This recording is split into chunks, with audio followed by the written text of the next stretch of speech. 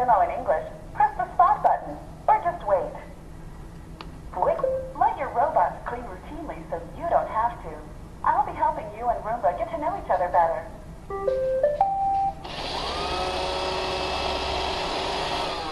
Because the more you learn about Roomba, the more time you'll save, and the more Roomba learns about you and your space, the cleaner your whole house will be. So how does Roomba get your floors so clean? Roomba uses a vacuum, a series of brushes, and a corner cleaning side brush. When Roomba is cleaning, it uses an array of advanced sensors and complex patterns and movements.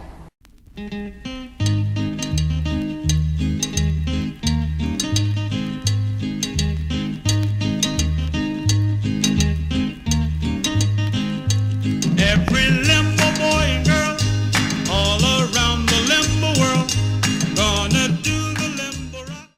The important thing to remember is to have a little patience with Roomba. Let it do its thing and don't guide it to spots. It may take a little longer than you pushing an upright around, but that's the beauty of Roomba.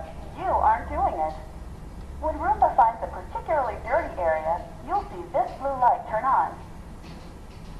And Roomba will clean more thoroughly in that spot. Roomba's light touch bumper feature helps Roomba find its way around or even under your furniture and lets it clean right up to the edge of any wall. Pretty cool, huh? All around the limbo clock, Jack be limbo, Jack be quick, Jack go under limbo stick. All around the limbo clock, hey, let's do the limbo rock. Well, that's pretty much all you need to know about Roomba. I think you and your robot will be very happy together. It may take a little longer than you to clean a room, but remember, Roomba cleans routinely, so you don't have to.